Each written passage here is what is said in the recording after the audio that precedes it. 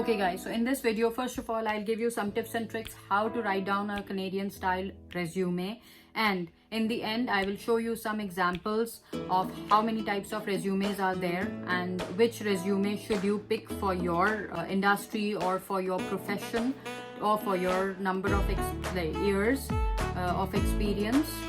Which resume should you go for, and what is the difference between those two resumes? I'll tell you how to create the resumes, what points you should add, all that in detail. So Assalamu alaikum, welcome to our channel Travel with Sobia Zib, where we post about Canadian immigration and our life in Canada vlogs. So on my channel you will find information about Canadian immigration, like how you can migrate to Canada without the help of a consultant, different methods through which you can apply, the funds that are involved, and so on and so forth.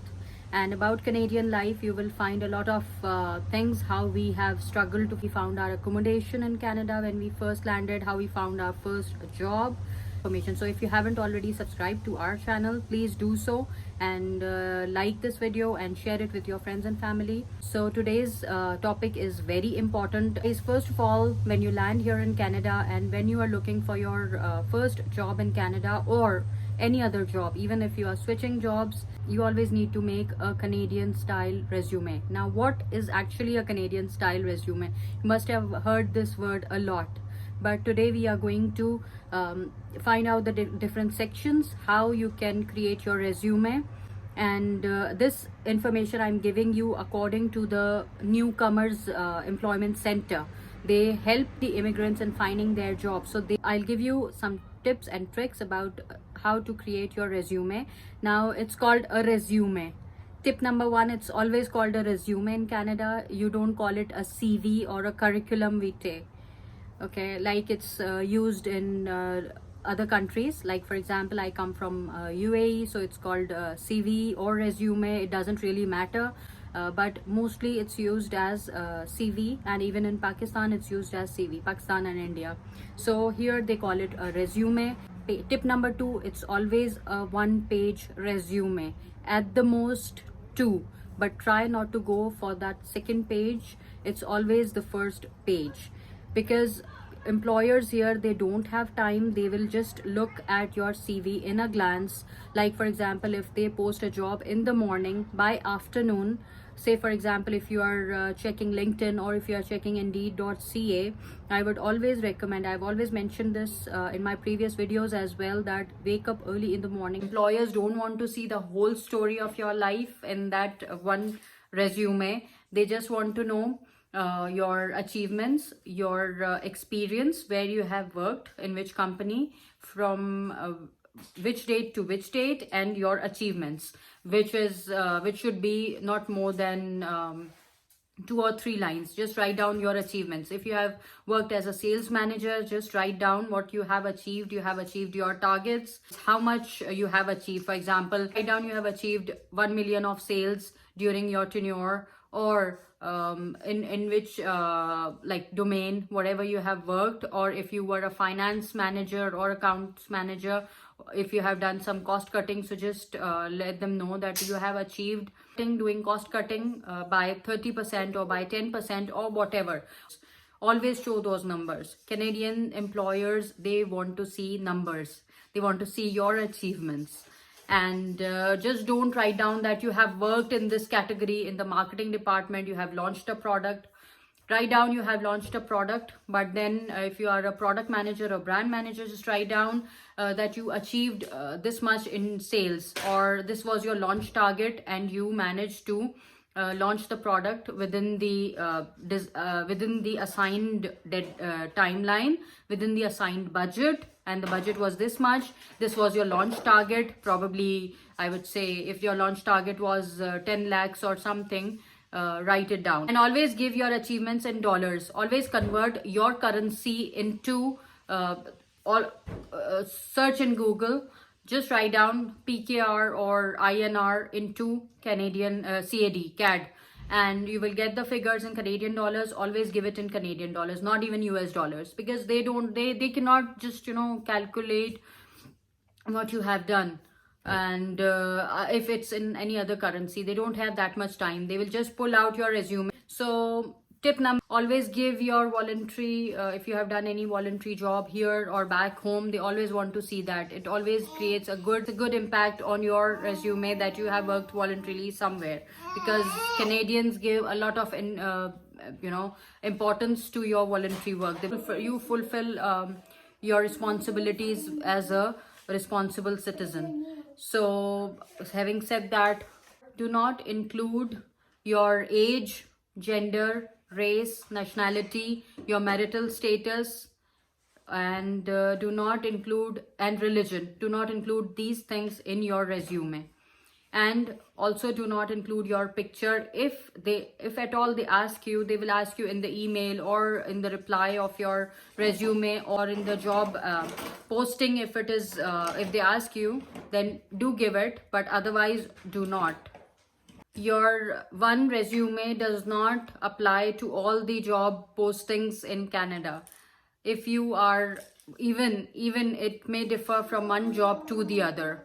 For example, if you are working as a digital marketing manager, one resume does not fit every job posting that is available and that is being posted in Canada.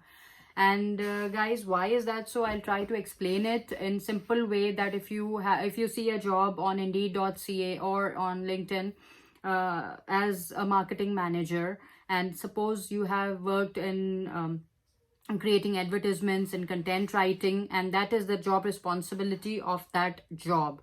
So always see that if you have experience in that, always highlight the job responsibilities that are given in the job posting. You have to highlight that first in your work experience, when you have worked for a specific company and you have worked in that domain which that company is asking for.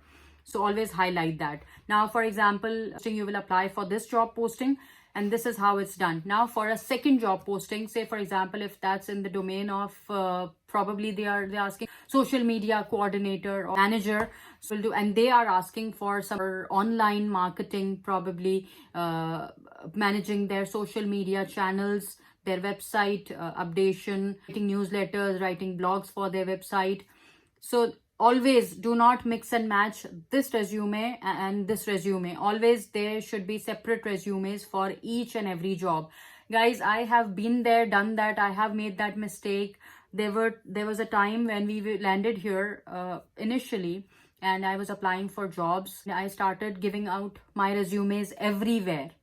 There was a time that in one day I used to send out around 30 to 35 resumes on LinkedIn, on indeed.ca, but I did not get a single call from the employer. Why? This was a mistake that I was making. I had made a generalized CV in which I had written down everything that I had done previously in my previous companies. In one company, I was handling their website content writing. In the other company, I was handling their I would say the flyer and their promotional material content writing. So these two are different domains. In Canada, usually they have different people for different jobs. They have a marketing manager, they have a digital person separately, they have a social media person separate. So they are, it's not like in India or Pakistan where they keep one marketing person and he is doing everything. And it was an eye-opener for me when I talked to this lady from the employment center. She told me that how are you applying? And I just told her that I have a CV and I send it to 30 people, but nobody is giving me a call. This was the reason, because they require an expert in one field, one or two fields at the max. And so always, but if you are definitely in according to that job, if I'm applying for a marketing manager, and if social media channel is not required in that field, don't write it, don't mention it. Even if you have experience in that, just cut it down. You don't need it. Okay, now following tip number, always a cover letter should accompany the resume. And I know when I was working back home, when I was applying for jobs, cover letter was not that important. So I don't know about my home country now, but at that time it wasn't important. 8 to 10 years back, and even in UAE it wasn't that important. Here a separate cover letter in a Word format and is usually required. Along these two documents should go together. So in the cover letter, what you should do, I'll give you an example in the end how the cover letter is written. In that, you will always give your experience. First of all, you have to give a little bit about the company, 2 to 3 lines about the company, and then you give your experience and let them know what you will bring to the company. Let the employer know how you will benefit the company, because they want to listen to that. They want a solution for their problem. They need a person who can come and handle each and everything that job responsibility is mentioning.